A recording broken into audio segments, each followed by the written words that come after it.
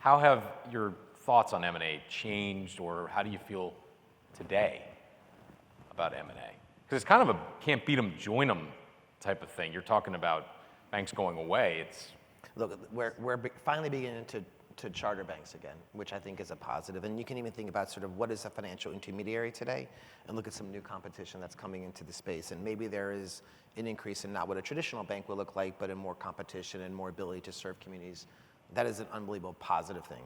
When I think about M&A, I think there's two components to it. One is, what's the strategic rationale that says, are you enhancing any capability within your organization today?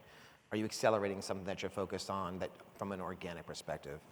That said, most importantly, how do you think about the financial constraints associated with it?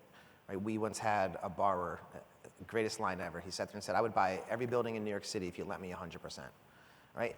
And obviously that's true. So when you think about the economics with any M&A deal, you can sit there and say, I'd buy any single bank out there, it doesn't matter. But what are the financial constraints surrounding what that looks like? There was a comment earlier before, talked about, if you were trading at 2 times, would you buy something at 1 times? Maybe on a short term, but long term, that really doesn't make what a lot of sense is. So financial constraints and has to align with your strategic. That said, I do believe there's going to be a lot more opportunity to do that. When I took over as CEO, we were about $20 billion. Today, we're like 60 something. 50%, 50%. So 50% organic and 50% M&A. And I do think you have the ability to do sort of both as you think about what your journey looks like. You can't ignore the market. The market is right. Whether you like it or not, the market is the market, and you have to acknowledge what the market is. We're trading just above tangible book value. Why are we trading just above tangible book value? Because of this perception on commercial real estate and because we're not growing.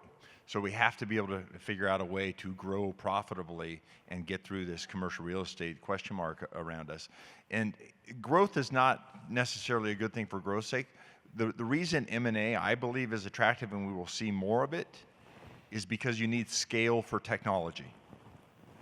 That's the reality.